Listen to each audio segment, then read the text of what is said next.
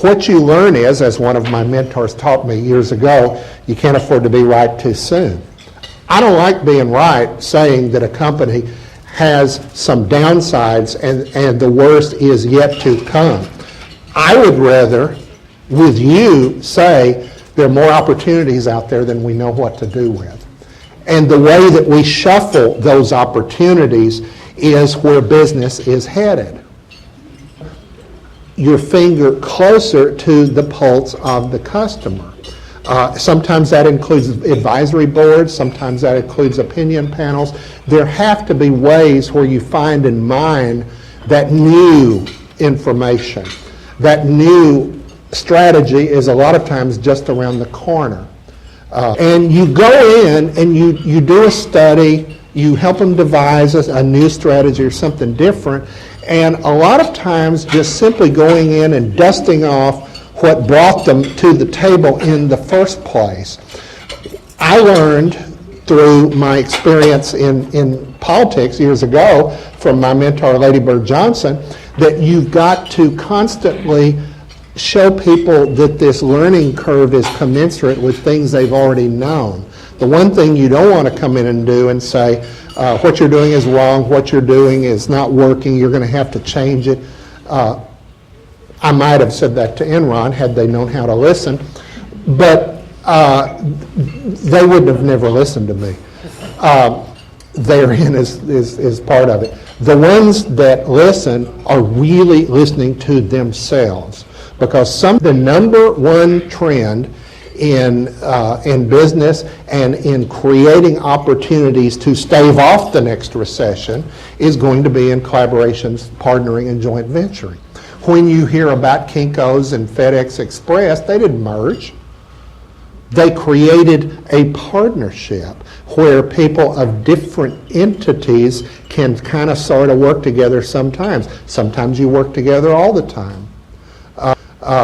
Which would be an example, one of our corporate sponsors, Shell, has a wonderful program called Ekiva with Texaco, who also has another wonderful collaboration program called Star Enterprise with Saudi Aramco. And people who kind of sort of used to be competitors, or more importantly, didn't know what each other did, have the opportunities to grow and prosper in business. So, and if business is to not only survive but thrive in the coming years, it's going to have to find new and creative ways of working together. And they do exist. Sometimes he or she who champions that and get more and more focus on the group-based dynamic. You know, what is the company? Branding is not one of my favorite words. Branding is a subset of strategy. It does not create strategy. Strategy has to reflect everything below it. Mitch, go back and think through your knowledge base. We all are products of good mentorship. I have a whole chapter about that. That's chapter 9 in the book. But we go back and learn about who we learned the good ideas from. I think you'll find, when you go back and inventory, were I doing a full-day workshop, which sometimes I do for corporate world, I ask them to give me the top 10 things they've learned in their business career and how they put them to work and all that kind of stuff. I think you'll find that you have picked up a lot of good ideas from guess who? Yourself. We all learn from formal teachers. We all learn from business people who do things the wrong way. We all should have learned from the economic downturn. We all should have learned from the corporate scandals of a few years ago. And then we learn from ourselves. We kind of dust off what we learned.